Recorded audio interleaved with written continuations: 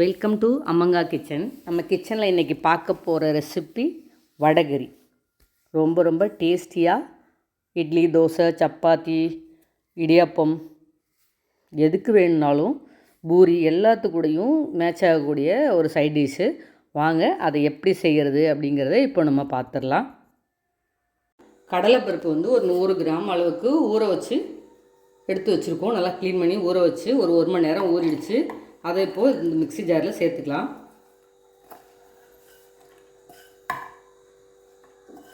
ஒரு 2 மிளகாய், கொஞ்சமாக சோம்பு, கொஞ்சமாக உப்பு, கருவேப்பிலை, கொத்தமல்லி ரெண்டையும் சேர்த்துட்டு நம்ம கொரகொரப்பாக அரைச்சி எடுத்துக்கலாம். இப்போது இந்த மாதிரி பல்ஸ் மோடில் போட்டு இந்த மாதிரி கொரகொரப்பாக அரைச்சி எடுத்துகிட்டு வந்தாச்சு.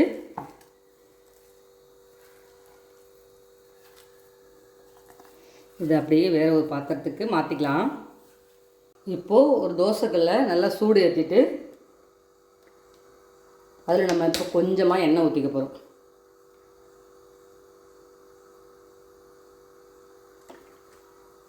எண்ணெய் ஊற்றிட்டு அரைச்சி வச்சுருக்கோம்ல அந்த கடலைப்பருப்பை அதில் அப்படியே நம்ம அந்த அடையெல்லாம் தட்டுவோம்ல அந்த மாதிரி எல்லாத்தையும் சேர்த்து ஒரே சீரான கணத்துக்கு நம்ம தட்டி வச்சுருக்கோம். தட்டி வேக வச்சு அதுக்கப்புறம் திருப்பி விட்டு எடுத்துக்கலாம்.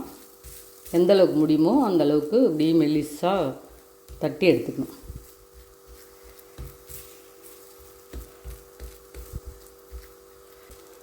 இதை நம்ம இட்லி பானையில் வச்சு கூட வேக வச்சுட்டு அப்படியும் செய்வாங்க. அப்படி இல்லைன்னா கடாயில் கொஞ்சமாக எண்ணெய் ஊற்றிட்டு இப்படி கிளறி விட்டுட்டே இருந்தோன்னா உதிரி உதிரியாக வரும், வெந்துடும். அது ஒரு 10 நிமிஷத்தில் அதுவும் வெந்துடும். அப்படி கூட செய்யலாம். நம்ம இந்த மாதிரி வேக வச்சு திருப்பி விட்டு எடுக்க போகிறோம். இப்போது ஒரு பக்கம் நல்லா வெந்துருச்சு. அடுப்பை மீடியம் ஃப்ளேமில் வச்சு வேக வச்சுருக்கோம். இப்போ திருப்பி போட்டுக்கலாம்.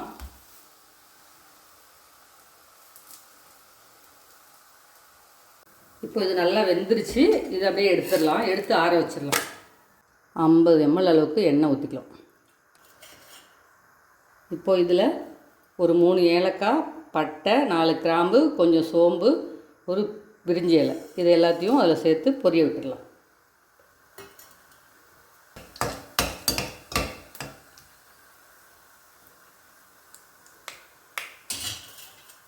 இதெல்லாம் நல்லா பொரிஞ்சிருச்சு. இதுக்கப்புறம் மீடியம் சைஸ் வெங்காயம் 2 கட் பண்ணி வச்சுருக்க பொடியாக அதை இப்போ சேர்த்துடலாம்.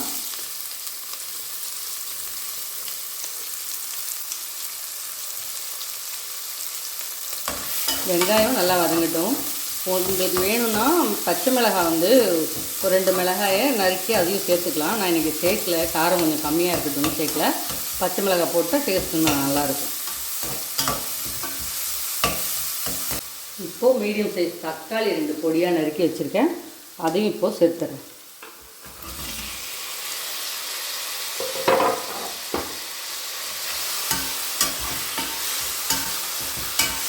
இப்போது இது கூட இஞ்சி பூண்டு பேஸ்ட்டு 1 ஸ்பூன் அதையும் சேர்த்து நல்லா வதக்கிக்கலாம்.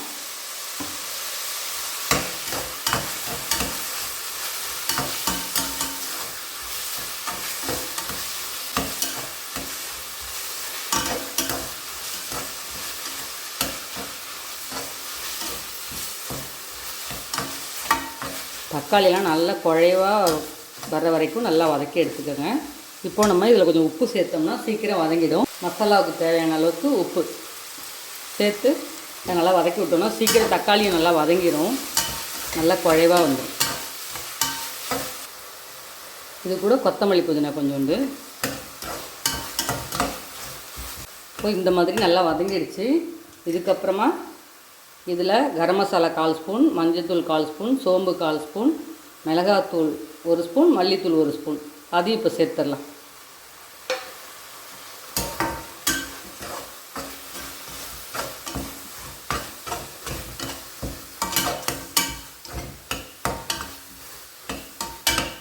இப்போ நல்லா வதங்கட்டும். இன்னும் கொஞ்ச நேரம் இருக்கட்டும். இப்போ நல்லா வதங்கிடுச்சு, எண்ணெய் பிரிஞ்சு வந்துருச்சு. இதுக்கப்புறம் தண்ணி ஊற்றிக்கலாம். தண்ணி ஒரு 1/2 லிட்டர் அளவுக்கு தண்ணி சேர்த்துக்கிறேன். நல்லா கொதிக்கட்டும். இப்போ நம்ம இந்த வேக வச்சுருக்கிற கடலைப்பருப்பு ஆறிடுச்சு. இதை அப்படியே நம்ம அப்படியே பொடிச்சு விட்டுக்கலாம். சும்மா 2-3 அப்படியே உடச்சி விட்டால் போதும். இந்த அளவுக்கு நம்ம உடச்சி விட்டோம்னா போதும்.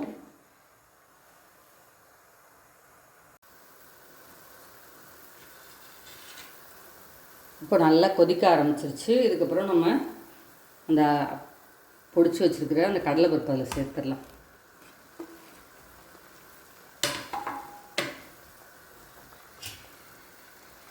இதை அப்படியே நல்லா கலந்து விட்டுட்டு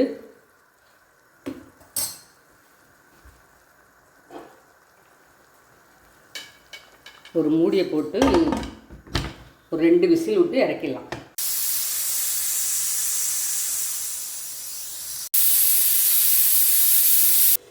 குக்கர் 2 விசில் வந்து சத்தமும் அடங்கிடுச்சு. இப்போ நம்ம திறந்து பார்க்கலாம். நல்ல வாசனையாக சூப்பராக வந்திருக்குங்க நம்ம வடைகறி. அவ்வளோதான். இதை நல்லா கிளறி விட்டுட்டு நம்ம கொத்தமல்லியை தூவிட்டோம்னா ஒரு அருமையான வடைகறி ரெடி. அப்புறம் என்னங்க, நீங்கள் என்ன டிஃபன் செய்யணுமோ செஞ்சு இந்த வடைகறியோடு சேர்த்து சாப்பிடுங்க. தினமும் சட்னி வச்சுட்டு இருக்கிறதா அப்படின்னு யோசிக்காமல் குயிக்காக இந்த வடைகறியை செஞ்சு சாப்பிட்லாம். இது இட்லி, தோசை, பூரி, பொங்கல், இடியாப்பம், சப்பாத்தி, பூரி எல்லாத்துக்கும் இது ரொம்ப ரொம்ப சூப்பராக இருக்கும். நீங்களும் ட்ரை பண்ணி பாருங்கள். ட்ரை பண்ணி பார்த்துட்டு எப்படி இருக்குங்கிறத கமெண்ட்டில் சொல்லுங்கள். எப்போவும் போல் நம்ம அம்மங்கா கிச்சனை லைக் பண்ணுங்கள், ஷேர் பண்ணுங்கள், சப்ஸ்கிரைப் பண்ண மறந்துடாதீங்க. நன்றி, வணக்கம்.